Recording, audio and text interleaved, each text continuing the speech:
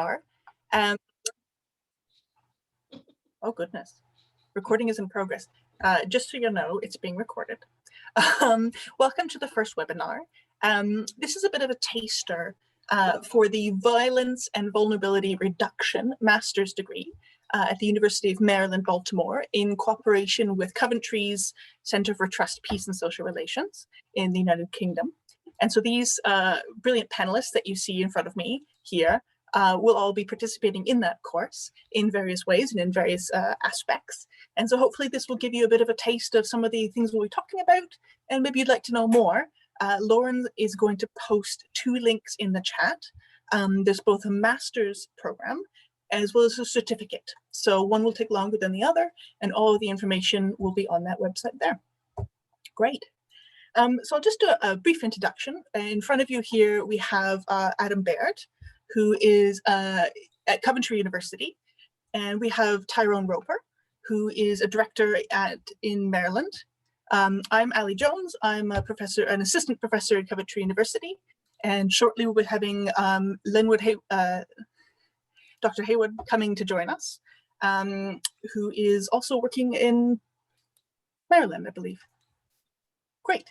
So let's get started. So today, the themes that we're going to be looking at can all speak really to the idea of approaching violence and vulnerability. And so you're going to hear 4 very, very short talks, just 5 minutes, from 4 different speakers on how their work and their research experience allows them to approach and try to get at this topic of violence and vulnerability and understand it in society. So Adam and I will be speaking about some of the structural systems in which people find themselves, and then Tyrone and Len will be talking about some of the responses that communities can use to contest this vulnerability. So I've drawn the short straw. I'll go first. A lot of my work actually looks at urban structures and how the building and the creation and the restructuring of city spaces can create real vulnerability amongst residents. So this isn't overt subjective violence in the sense of, you know, a fist hits your face. It's not that kind of violence, but it is a type of purposive, intentional, systematic disadvantaging of a population. So I'm just putting out a book right now, actually, on the city of Hamburg in the last 30 years. And the story that happened there was that there was a very rundown working class neighborhood with some very economically disadvantaged people who had been there for the last 50 to 60 years, very low income. The population of migrants and unemployed people on benefits was up at about 80%. So really not a wealthy area. And you had an urban restructuring campaign where city planners came in and said, let's make this an attractive tourist destination. Let's make this the go-to for creative millennial types. And so they were actually planning documents in which they said, let's raise the housing prices by X%. And the only way we could do that would be to cleanse. They use the word cleanse these undesirables. And so you have this intentional structure of pushing people out of their homes and out of their communities to raise land values and to make things appealing for a different class, obviously also a different race and a different clientele. And so in this contestation, in the book that I've just worked on, a group of people started to fight back and contest these gentrification campaigns and engage in talks with the cities. And so I look at how those talks fall apart. You know, how do people feel that they're not really treated fairly and they're not really listened to by systems and structures? So in this case, the talks went ahead, but the building decisions had already been signed. And so the talks in that case were purely symbolic.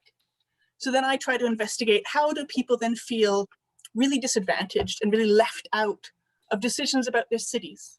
And how is that actually a form of intentional discrimination when groups of people don't have a voice and aren't given a voice or are told that they have a voice, but their voice never is actually real, is never actually listened to. The decisions have long since already been made.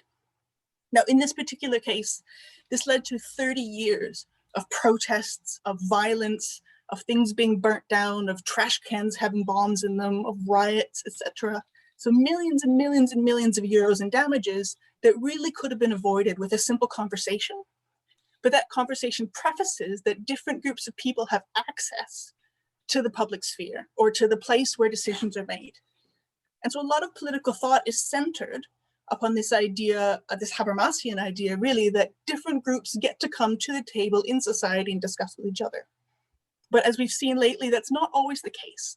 And not every group gets a voice, and not every group gets treated equally.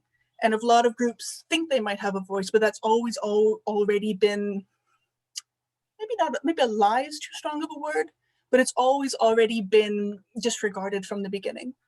And so those sorts of structural, and Adam will use the term chronic inequalities, are intentionally set forward. And so I look at this as a type of systematic racism and systematic classism and systematic structural violence. So how do cities intentionally do violence? By pushing people out of their homes, making lives unaffordable, making sure that they can't stay in their communities, etc. And how does this cause violence and protest and decades of civil unrest that really could have been avoided? So that's my work. We're going to move now to Adam Baird, who's going to talk to us some more about chronic inequalities. Adam. Thanks a lot for that, Ali. That was really interesting, actually, just to get a catch up on your recent work. Yeah, as Ali said, I'm Adam Baird. I'm at Coventry University. My background is working in gang violence and gender-based violence in particular, especially across Latin America and the Caribbean. So principally I've been working in Colombia. I lived and worked there for a number of years. And then more recently in the Port of Spain in Trinidad, and most lately in Belize. Now, I thought, the way that this talk is set up is really interesting because it looks at vulnerability and violence. And that's something that I've been writing about recently and thinking about quite a lot. And one of these notions I have builds on what Ali's been saying, actually. And I've been studying sort of homicide booms and gang violence across the Latin American Caribbean region. And what I noticed was that these homicide booms tend to occur in vulnerable communities. Now, I looked at this concept by an academic called Jenny Pierce, and she calls this type of very high homicide rate, over 30 per 100,000 at a countrywide level, as a form of chronic violence. Now, Pierce defined chronic violence in a three-dimensional way. So it's across a long period of time. So it's temporal, in specific locations. So we might think, poor urban neighborhoods, and you always get violence in those particular neighborhoods. And a level of intensity, so you get a high rate of normally lethal homicidal violence. So I sort of worked back from that idea of chronic violence. I thought, well, where does it come from? And that's what took me to structural or systemic vulnerability. And so I looked at this in Belize, Medellin, and the Port of Spain.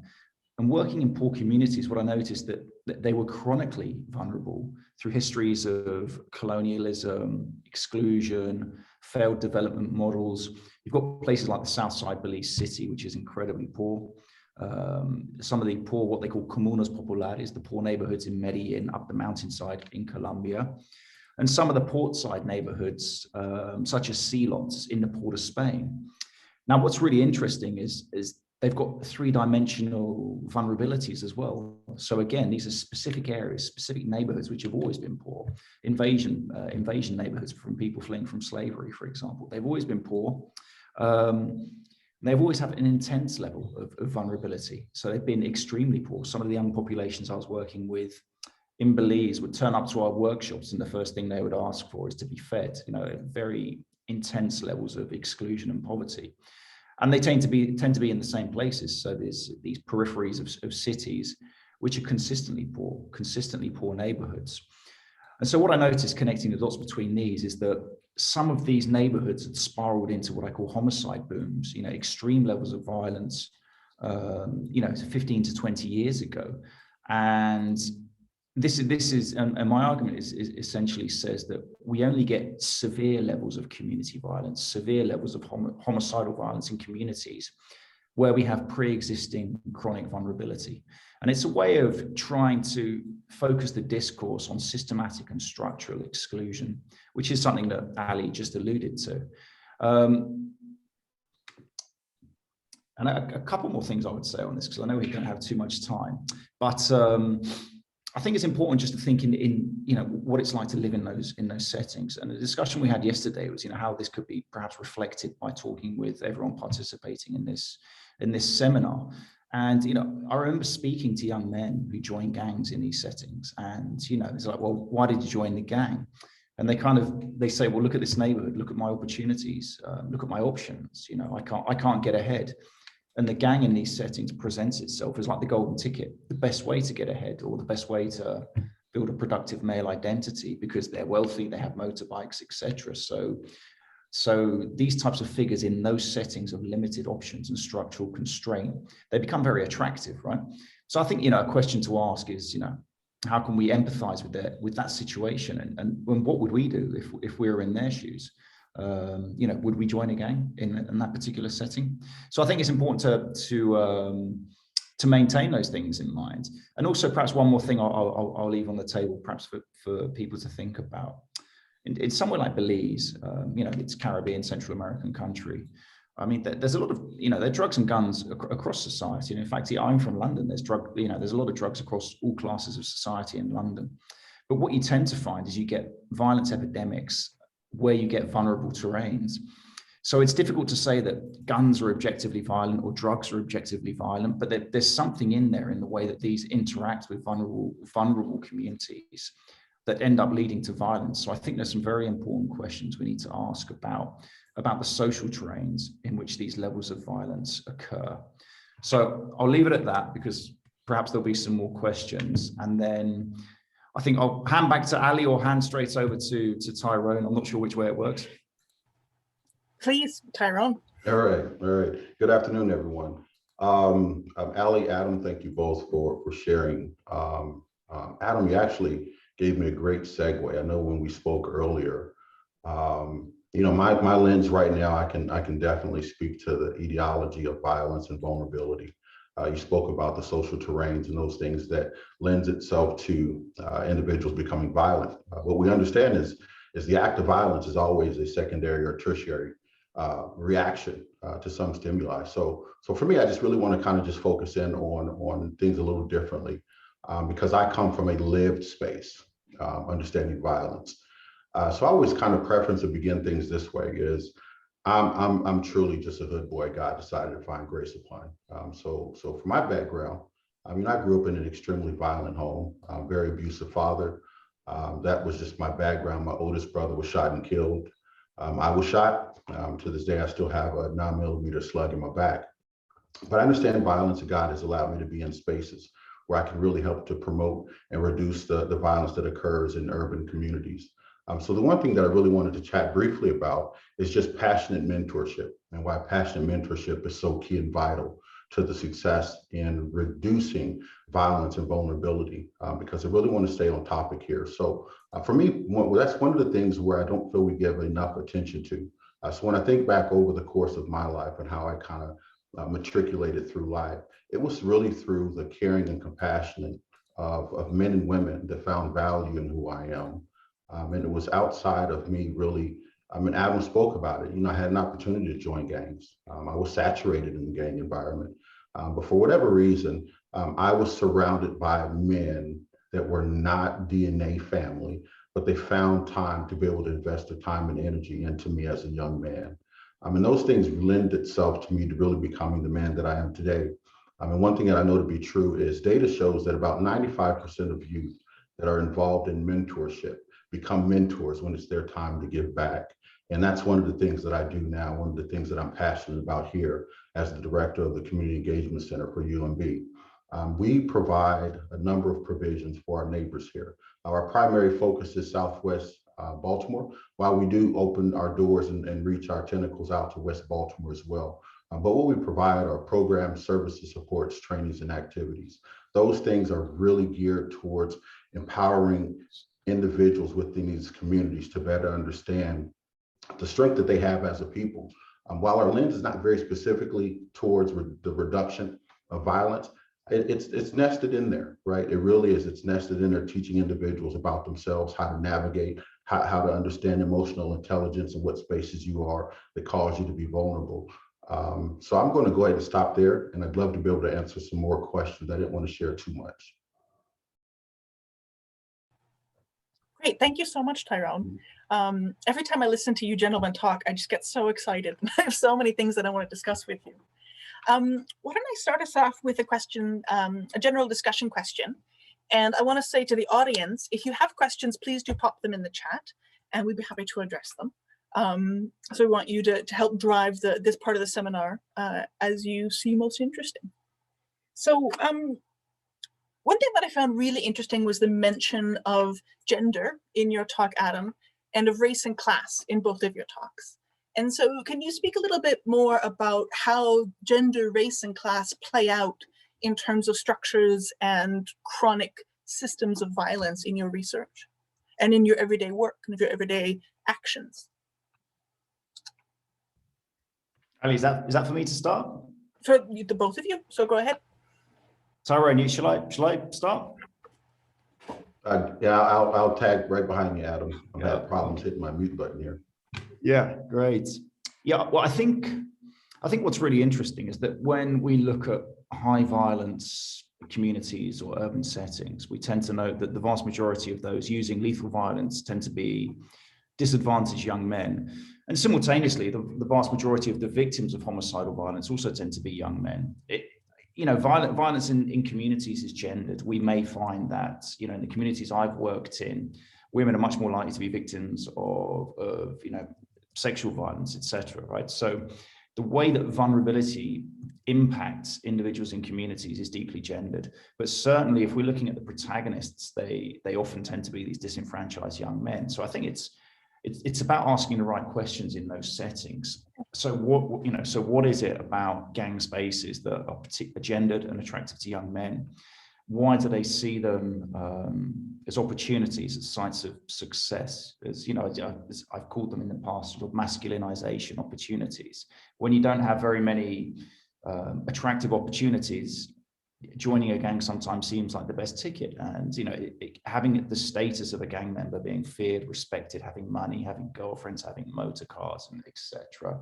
It's part of what we call hegemonic masculinity. These ways of being a successful man in the eyes of society.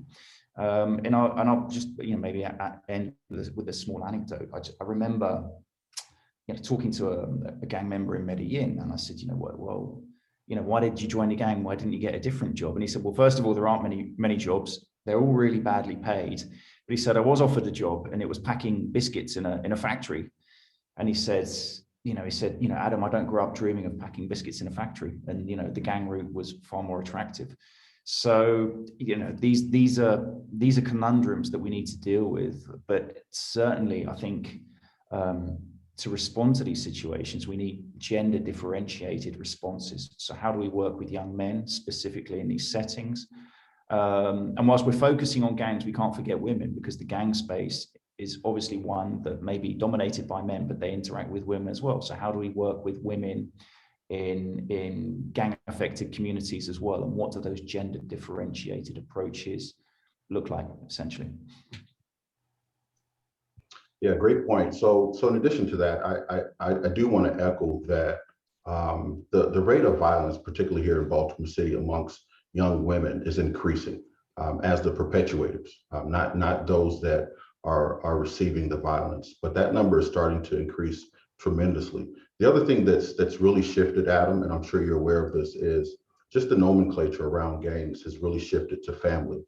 Because there's an absolute family connection that individuals have when they join these groups. And it's all nested, in my opinion, out of a white supremacy culture and those inequities that are nested in these communities that cause individuals to shift to a self-preservation mindset, where it's really about protection.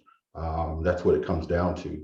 I believe I shared a few years back, I was with a young man and we were walking, and I just want to talk about some of the inequities and with those things that really promote violence and vulnerability. So we're walking through, and he looks down and he finds this small dime bag of weed on the ground. And in my mind, I'm thinking, go ahead and toss it and not get in trouble. The first thing that he says out of his mouth is, it's going to be cheesesteak and eggs tonight. So for him, it's food, right? So we think about those things that we take for granted, and we fail to understand and recognize the inequities that really exist in these communities that we serve, the vulnerability that these communities serve. Another thing that's the perfect example, we're talking about vulnerable communities, is inadequate lighting. Things that simple as that. When you have inadequate lighting along streets, trash that builds up in streets, those things promote to misbehaviors that could potentially result in violence and increase the vulnerability of these neighborhoods. But more specifically, just the comment around the gender specific focus, absolutely. That's one of the things that we're focused here in the Community Engagement Center, is building out 2 pathways for young women and young men. And then in addition to that, we want to make sure that we're very sensitive to the LGBTQA++ community as well, because there's violence that exists within that population as well. So we really want to have a real full lens on how we approach this work. Absolutely, thank you. That was a fantastic answer. This next question, it's a really, really good question. I'm actually just going to pause for a second and introduce Lenwood Heyman, who's just joined us. And then when he's talked a little bit about his work, I'm actually going to ask this brilliant question about empathy to him, because he's really an expert in this area. So Lenwood, thank you so much for joining us. Could you speak a little bit about the kind of work you do in terms of violence and vulnerability? Absolutely. Good. Can't really hear you. Am I coming through now? Yes, thank you. Okay. All right. Good afternoon, everyone. I apologize for coming up late. I had the times switched. So I had the London time for the Eastern time. So I was just chilling and making my son's lunch. I wasn't chilling. I was making my son's lunch, and then Better late than never, man. We're glad to have you here. Virginia's email. So I apologize, everybody. It's good to be here. My work is I'm in public health. I am an associate professor of behavioral health science in the School of Community Health and Policy at Morgan State University. Although I'm trained as a social psychologist, I went into health disparities research as a doctoral student. And along the way, health disparities got a bit too, to be honest, it was difficult to do the work focusing on how people that look like me are systematically and historically worse off than people that don't look like me. Rather than focusing on the contributing factors to the disparities, I wanted to begin focusing on the contributing factors to resilience and focusing on the contributing factors to overcoming vulnerability and reducing violence. The approach that I take is through compassion and love. Specifically, the first step is developing an understanding of your individual importance and developing an understanding that the trauma that you have experienced, the violence that you have experienced, is not your definition. That does not have to be your defining characteristic. And the process to go about overcoming that narrative of having been victimized and being victimized is based in love. For specifically thinking about love as a scientific process, right? A process of understanding, of coming to develop a deeper understanding of who you are as an individual and the expertise and the contributions that you can make to your community first, and then to larger society as you develop a more meaningful connection with society. So the path I take is a bit more focused on highlighting and enhancing resilience through self-compassion and through offering compassion to the people with whom you share community. So it's a bit of a bottom-up approach to violence prevention. Great, thank you. I love that we have really got 2 sides of this conversation, of people trying to understand the structural functions and people really trying to respond to those functions through their everyday work. We've got a question here from a participant, Lydia Watts. And I think, Lenwood, you'd be brilliant to speak about this, but also Tyrone as well. Although, of course, Adam, do chime in. So Lydia says, I appreciate the perspective all of you bring to this discussion. What I hear and understand through my own work is that systematic racism and obstacles force individuals into making poor choices by using violence. Yet, the public safety net and the lens of holding individuals accountable for their violence does not address, and in fact even exacerbates, those same inequalities. So how do we maintain the empathy and understanding and address those systematic underpinnings and try to influence individuals into making different choices? Of course, given the constraints that we've just talked about. Brother Tyrone, you want to go first? Absolutely. Hey, Lydia. So great question, Lydia. I get it. Absolutely. The current criminal justice system, current system totally just doesn't support victims and hold folks accountable that continue to engage in these acts. So I want to be real specific in answering your question. How do we maintain empathy, understanding, and address the systemic underpinnings that influence individuals from making different choices? So in my opinion, one thought is, and it really kind of comes back to what I had shared earlier around passion and mentorship. But in addition to that, one of the benefits that I think would help individuals be more conscious in curbing the decisions they've made is through creating a network of peers that have come from the space of victimization, where they then have real conversations with perpetuators of violence. And that then can potentially lend itself to creating a level of dissonance where folks then sit back and start to evaluate decisions he or she has made. But I think there's great value in creating a network of peers that have been victimized, have been victims, and really bring some real life experience and then having conversations in a very direct way with folks that are involved in violence.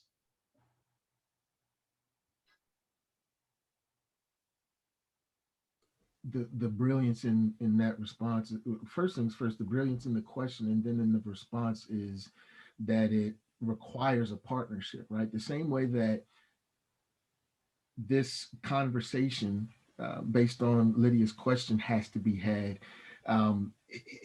What Brother Tyrone mentioned is the importance of creating a network. And when we think about creating a network, if it's only based in empathy, then that network will, in my humble opinion, it will not be as strong if it's based in compassion, right? Empathy and compassion are two, not entirely different, but they're two different things. Empathy is, I am aware of your suffering. Compassion is, I am aware of your suffering and I have it resonates with me, right? I am suffering with you because of the way that I am observing your suffering. And because I am suffering with you, my goal is to alleviate whatever it is that you are suffering from as best I can with the resources that I have, right? So just as was previously highlighted, a lot of the violence that individuals engage in are because they are behaving and they are acting in the ways, or they're acting based on their perception of the options that they have. If they believe they only have limited options, then they're going to go with what they feel is the best of those limited options. Now, for individuals who are privileged, or for individuals who are so privileged to come from outside of those communities where violence is a prevalent aspect, even having a little bit more of a social cohesiveness within your community suggests that it will be challenging for you to understand the level of social dissonance that takes place in an environment where violence is one of the primary experiences for the residents of that particular community. So when we think about the route to go about doing that, it requires more than just an empathetic look at it. It requires more than just saying, I am observing what's happening and, oh, this is terrible. what it requires is a bit of an ethnographic approach in saying, I am embedding myself as best I can based on my what I feel safe doing, but I am embedding myself as deeply as I can within this particular community, because then I am learning a bit more of the social structures and in a lot of ways, the physical structures that are in that environment that are doing more to inspire the violence than, just not enough police presence. It's problematic when the police don't live in that particular community, because again, there's no connection, right? It's easier for them to be empathetic, if at all, than it is compassionate, because they haven't had the opportunity, haven't taken the opportunity to develop a closer connection with the individuals, with the members of that community, right? For those of us who do research in communities, it's highly important. Highly important. I'm in a school of community health and policy, so we primarily engage in community-based participatory research. So at Morgan State, we have a very specific brand of practicing public health and engaging in health education. It requires partnerships with the community.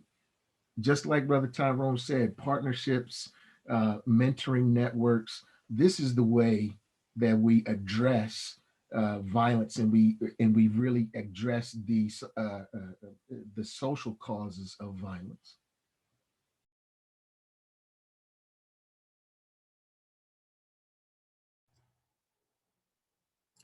Anyone else want to jump in, or should we move on to the next question? All right, I've got a follow-up here for you, Linwood. Anonymous is asking, is this approach to violence related to Christian love? And is this a faith-based approach? Yeah, I love this question. And the reason that I love it so much is, although I grew up a Christian, I have realized the ways that religiosity has a tendency to cloud concepts more than elucidate them. So I am purposefully engaging in a promotion of love that is not necessarily, based in Christianity, but is based in humanity, right? If I have the ability to understand myself as a being that is worthy of care, a being that is worthy of well-being, a being that is worthy of good health, a being that is worthy of a life that suffering is minimal, then what that frees me up from is really staying, not necessarily being victimized, because that's in the oppressor's court more than anything, but staying victimized, staying oppressed. I don't have to stay under the thumb of the oppressor if I realize that I have resources, even though they might not be the same resources that other communities have or other individuals have. I do have resources. I do have internal expertise that I can contribute to my community that will allow my community to grow and to be resilient and to transcend. So I'm sure that it could be, loosely based on Christianity, because when we think of agapic love or really selfless love, we tend to think of Jesus. But when I'm speaking of agapic love as the higher sense of love, I'm thinking of it because it allows for a systematic progression of self-love to love of my proximal others, to love of the environment in which I live, right? The proximal environment. It's really a sociological,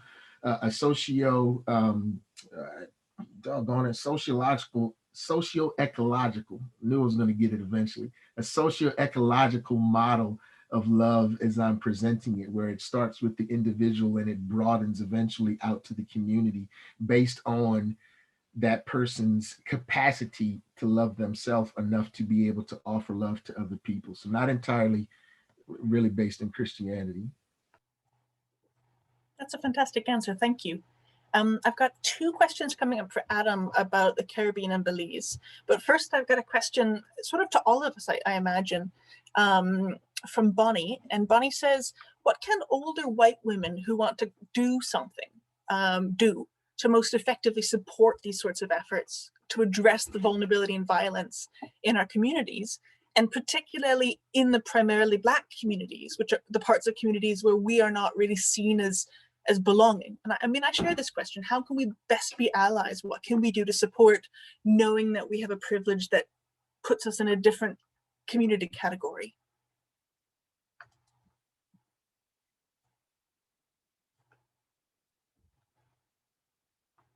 Take it away, gents. I was going to offer to my fellow panelists to go first, just because I've been talking a lot lately. Brother Tyrone, what you got? Yeah, I got it. Give me 1 second here. Get ready to go on. I'm going to my Audible. So where I would suggest that you all start is, if that is a passion, a desire of yours, on how you can become more effective in reducing violence and vulnerability within Black and Brown primary communities. I encourage you. It's something that I've done and I'm part of now is to read How to Become an Anti-Racist. And I think that is a great place to start. Just becoming knowledgeable of that book. And it's by Brother Ibram Kendi. And if you can read that as a starting place, I think that having the framework and understanding that we're talking about violence that's continued to be perpetuated out of a Eurocentric white supremacy culture. And that is at the root of really what's happening. And now what's as a result of that, you have internalized racism, where you have Black and Brown men, women, boys, and girls becoming oppressors of one another. That is a great place where I would say start, is become well-read and understand the community in which you want to become more involved. And then looking internally within yourself, asking yourself those hard questions. What biases do you currently hold that you keep private? What do your private conversations look like? I would always say start with self before you look to lend a hand to anyone. That's a really good answer. Thank you. So, does anyone else want to chip in there, or should we move on to the next? So, I'm going to move to the two questions for Adam now. So we've got one from Virginia, which is that, Adam, can you speak to how the situation with gangs in Belize is related to US immigration and gun policy, which feeds into vulnerability in Belizean populations? Do you want them all together, and you'll answer jointly, Adam? Yeah. The second one is from Amy. She says, or Amy says, I'm particularly interested in the transnational, again, this border issue, dimension of violence in Latin America and the Caribbean, and how that might be shaped by a lack of opportunity structures for BIPOC communities in US cities. For example, to what extent is the humanitarian crisis in Central America connected to US racism and foreign policy? Yeah, great questions. I mean, but first of all, Tyrone and Lenwood, these are brilliant perspectives that you have, and I think I'm getting called in to maybe teach on this course, but I want to take it as well. So that's my position. Just a short thing before I answer those questions. I mean, the study I do in the Caribbean, when I talk about chronic vulnerability, it's steeped in colonial legacies and slavery. And a lot of the communities that we work in were founded by escaped slaves from this period of brutalization. So it taps in deeply to the positionality of these people in these communities and the vulnerabilities that they face. So that's just, that's across the board in the Caribbean. And further to that, we've got the failures of development and all the issues of the global South, which compound a lot of these issues. So it's fundamental to the research that we do there. In terms of these other questions, I'm writing about, literally this week, these are the sorts of issues that I'm writing about, and looking at the legacies of policies in the US and how it promoted what we tend to call the deportation model of gang transnationalism. So essentially a massive squeeze on ethnic minorities in the US, Black and Brown populations, Latino populations, and the extreme criminalization of of the use of certain drugs, crack and marijuana, principally. You know, the war on drugs, you know, it's 100 years old, but it really ramped up with the conservative right in the, I mean, I'm not a US drugs expert, but, you know, my recent research, it really ramped up in the US in the Reagan period. It was essentially the criminalization of Black and brown and Latino populations for drug use. You could have, you know, Wolf of Wall Street, white privileged, wealthy man could have half a kilo of cocaine, and he would get the same punishment as a Black man on the street with 5 grams of crack, right? So the disproportionality in the way that these policies were meted out were profoundly racist, leading to mass incarceration, etc. And this was essentially a witch hunt also against emigre populations. So the Belizeans that I've worked with, a lot moved to Californian cities, mainly Los Angeles.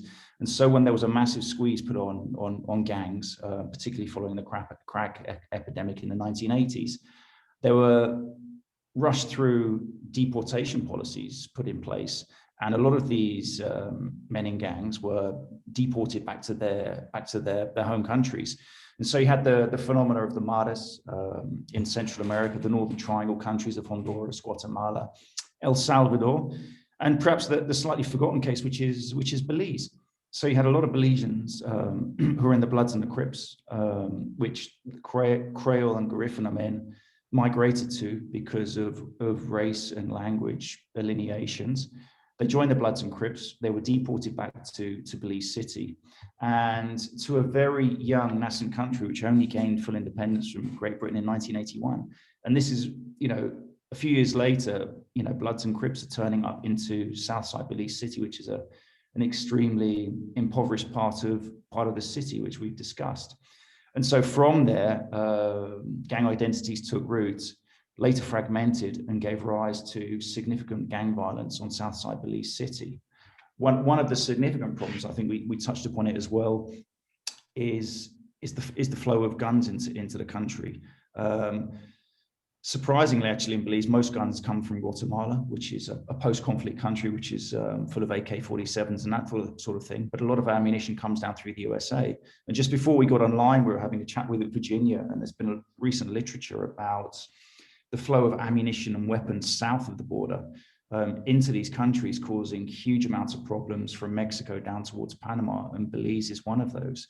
So I don't think we can talk about the rise of violence in Belize City without talking about the brutalism of the colonial past, the crackdown on gangs and racist policies in the USA, the deportation of all these young men, and they were thrown into a very fragile country with very weak young institutions.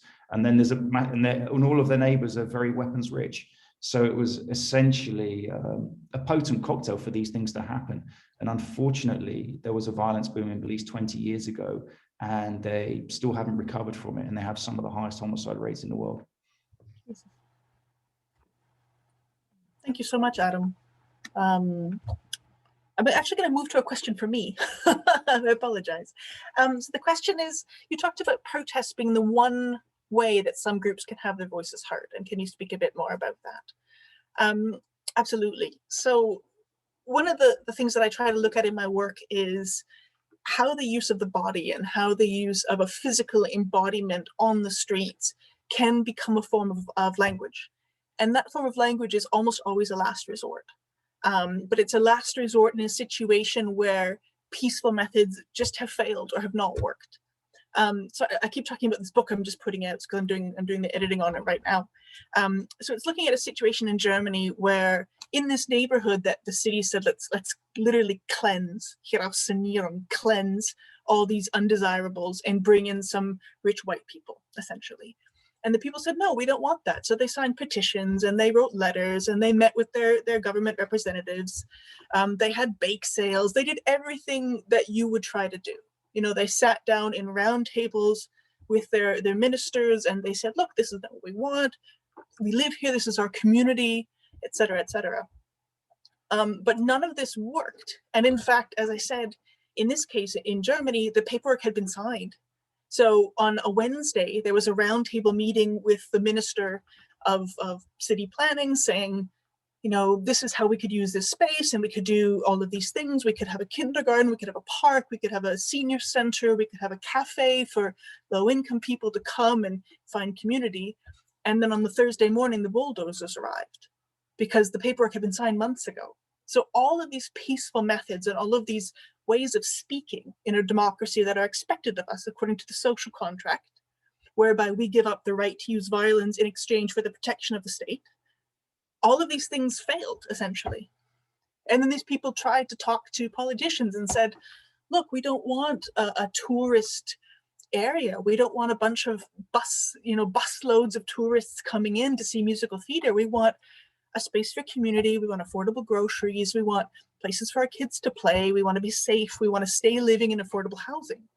But what they were really met with was sort of a twisting of their words.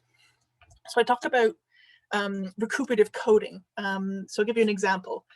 The people said, we really need a culture center, not high culture, not musical theaters, not 200 € tickets to see an opera.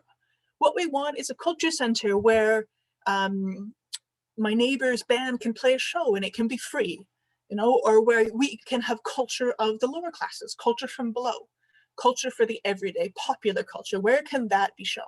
Why doesn't that have a space in society? Why is it only rich, white, upper class culture that is real culture, right? And so they said, why can't we have a space for this? But then that would be twisted and given back to them as, for example, oh, we'll turn this into social housing. Don't you want social housing? And so they ripped down a community garden, they built social housing, and within a year it was privatized and sold.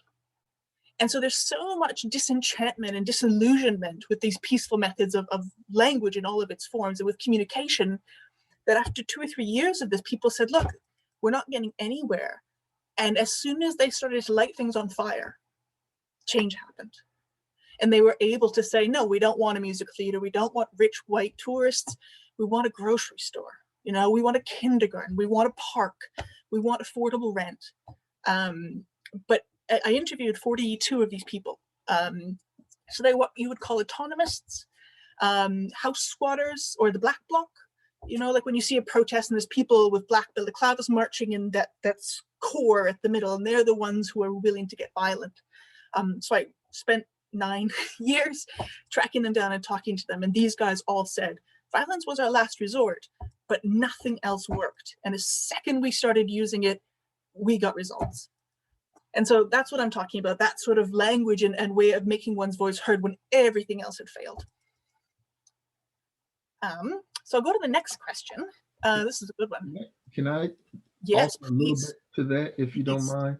I'd love that. When we think about some of the most successful social movements, especially in regards to civil rights around history, they've incorporated 2 key elements. Boycotting, meaning limiting the income or limiting the capitalist structure around a particular industry, and violence. Right. When we look at the civil rights movement here in the United States, the 2 events that got primetime television coverage for the civil rights movement was the Bloody Sunday, when the civil rights marchers marched across the bridge and they were met with violence, extreme violence and resistance by the state police officers, and it was captured on camera, it was captured on film. Another one was where, and this is one of the least widely known strategies of Martin Luther King Jr. and his allies at the time. They recruited upper elementary school students, middle school students, high school students to participate in a march. And they participated in a march in an area where they knew that Bull Connor and his good old boys were going to be present. And the same way that violence ensued when there were adults that marched, there was violence that ensued when children marched. And so when the dogs were sicked on these children, and when the fire hoses were opened on these children, there were two things that happened. One, there was an extreme outcry from the Black community towards Martin Luther King Jr. and his allies, saying, how could you have let this happen? And his reply was that it did not have to happen. It happened because there is a culture of violence in the South. There is a culture of violence that's based in and on race, that's based in skin color, right? And so Martin Luther King mentioned that it wasn't him that sicked the dogs. It wasn't him that opened up the fire hoses. He was hoping that that wouldn't be the case. But when that did become the case, and again, that became national news, then there was an outcry for civil rights laws to be pushed forward. And the reason that I bring these two things up is because what colonialism has offered the world is communication through the means of violence. Communication through the means of violence. Either you get with the program that we are bringing, not offering, that we are bringing, or we will wipe you out. There is very little opening for assimilation. When we come into an area and when we colonize it, any residual aspects of that previous community are seen as, contributing factors to culture, and now we see them as diversity and equity and inclusion efforts. But by and large, let us make no mistake that the overall model is white supremacy, is white colonialism. And the way that white colonialism has been so successful is because of the technological advances in weaponry to commit violence. And so I saw that one of the questions was about the increase in mass shootings and the increase by white perpetrators, white oppressors. Again, until we address, and this isn't the first time that this has been said, Eddie Glaude said it beautifully on, I can't remember the show on CNBC now, but Professor Eddie Glaude is an idol of mine. And what he was speaking of is, when there is a culture of violence, when there is a culture of violence, a culture of peace, it's challenging for that culture to be normalized, because the culture of violence is what's paid attention to. The culture of violence is what's been normalized. What we are observing is the residual comebacks, if you will, the boomerang effect of having violence being normalized. And now when communities try to engage in peaceful movements, it's seen as, oh, this is great. We can cover this, only to a certain extent. Colin Kaepernick engaged in the peaceful movement, and you see what happened to him. But ultimately, engaging in violence, even though it's the last answer, right? It's what is the most respected in a culture of violence. If we want to eradicate violence, we have to eradicate the cultural acceptance of it. Absolutely, absolutely. And that's actually the next question that we're going to be turning to, is this violence that is right now being so often perpetuated by young white men and in mass shootings, which are unfortunately happening very recently. And so there's obviously concern about this and the rise of this. Can we speak about this as a group, and what are our perspectives on how this even might be addressed?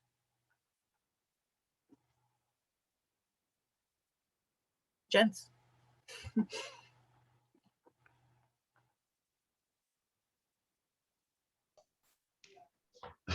All right, fellas, I'll take it. So here's my thought. And again, it all comes back to the same conversations we've had, just around how our culture has been constructed within this white supremacist culture. How do we curb it and address it? I think just having early conversations with folks, and most importantly for me, is really standing up passionate mentorship. So even for our white men and boys, girls and women, there may be potential mass shooters. I think that there's still value in what I'm saying. It really is having passionate mentorship, being able to capture young folks early and start having conversations early to be able to see where folks are in their headspace. And also there's mental illness. I'm very careful in how I say that because I am a social worker. I am not suggesting that folks that are involved in mass shootings have mental illnesses. And I'm not saying that all folks with mental illnesses will become violent. That is not what I'm saying. But what I am saying is that it's really important that we do address folks' mental health status as well through these conversations, through mentorship, and also incorporating peers in these conversations.